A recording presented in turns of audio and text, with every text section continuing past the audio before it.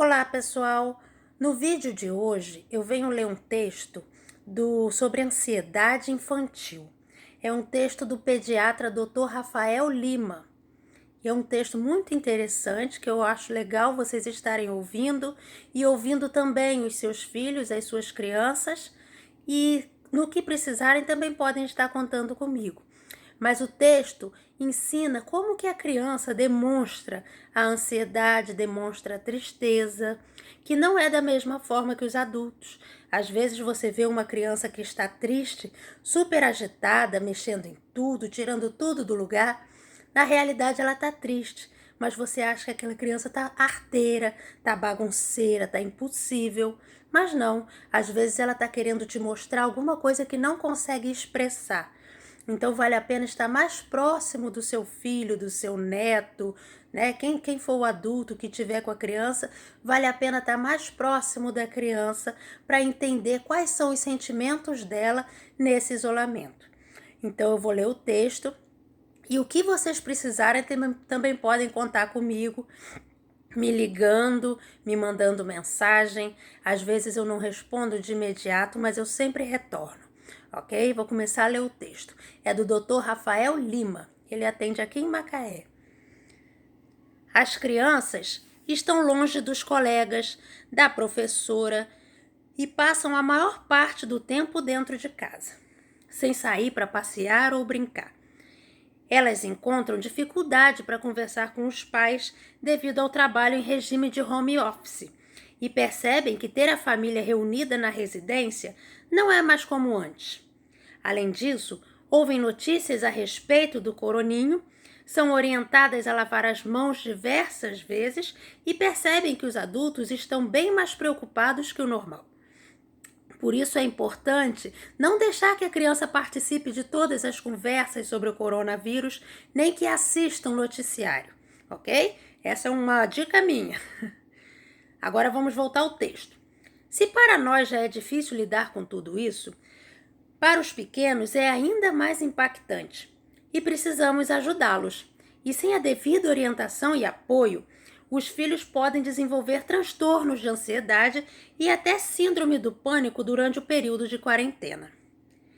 Eles mostram isso por meio de alterações de humor, crises de choro, birras, dificuldade para dormir e episódios de medo.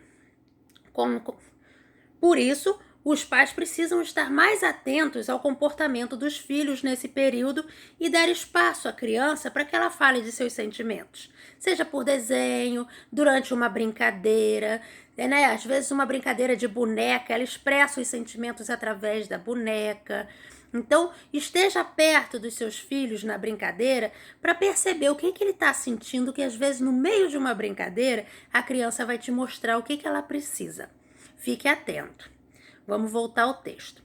Diálogo aberto é essencial e ajuda os pequenos a entenderem o que estão sentindo, né? Chamar o filho para conversar e saber dele o que ele está pensando sobre isso, o que ele está sentindo, né? Explicar melhor, porque às vezes o entendimento dele de um noticiário não é o mesmo nosso. Às vezes ele entende uma coisa bem pior do que a gente percebeu no noticiário, ok? Chame seu filho, converse, pergunte, esteja próximo para evitar a ansiedade infantil, a síndrome do pânico, o medo. Esteja perto do seu filho nesse momento que ele precisa. Vamos voltar ao texto. Diálogos abertos são essenciais e ajudam os pequenos a entenderem o que estão sentindo, nomearem seus sentimentos e buscarem um jeito de lidar com eles. No entanto, o vínculo de confiança com os pais não é construído de um dia para o outro e precisa de tempo de qualidade diariamente para ter efeito. Inclusive, uma excelente maneira de fazer isso é brincando com a criança. Nas brincadeiras que elas expressam com maior facilidade o que sentem. Assim, quando pai e mãe dedicam tempo para se divertir com os filhos, percebem sinais que não veriam de outra forma. A criança elabora suas emoções enquanto brinca e demonstra seus sentimentos e angústias sem que perceba.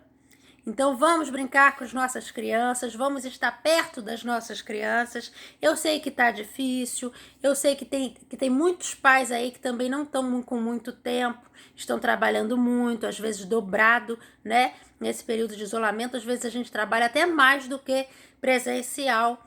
Então, mas vamos ficar perto das nossas crianças porque essas vão precisar para que esse momento não seja tão difícil para elas e que elas consigam superar facilmente sem acarretar nenhum distúrbio para a vida da criança, ok? E no que precisarem, podem contar comigo sempre. Um grande beijo, fiquem com Deus e continuem se cuidando. Bom final de semana para vocês.